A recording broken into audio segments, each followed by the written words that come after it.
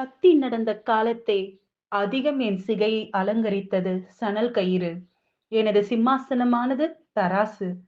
தந்தையின் விரல் பிடித்து சுற்றிய இடங்களை விரல் விட்டு எண்ணிவிடலாம்.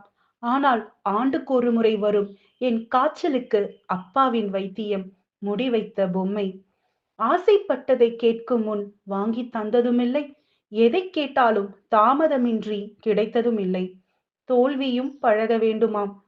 பிழைகள் செய்தாலும் தட்டி கொடுத்து முயற்சித்துப் பார் என கூறிய என் ஆண் தேவதை. வேலை பளுவினால் அதிகம் பேசியதில்லை. ஆனால் வளைந்த கால்களும் உருமாற்றம் அடைந்த விரல்களும் பாத வெடிப்புகளும் சொல்லாமல் சொல்கிறது என் தந்தையின் தியாகத்தை. காலை துயிலெழுந்ததை கண்டதுமில்லை. இரவு துயிலுற்றதை கண்டதும் இல்லை. தன் மனச்சோர்வையும் அழுத்தத்தையும் முகத்தில் சிறிதும் காட்டியதும் இல்லை. ஆதியை தந்த தந்தையை விட சிறந்த ஆண் ஒரு பெண்ணுக்கு யார்? சிரித்த முகமாய் மகள் இருக்க, தன்னைத்தானே சிதைக்கும் சிற்பி. தன்னை உருக்கி குடும்பத்தை மெருகேற்றும் மெழுகுவர்த்தி. அப்பா,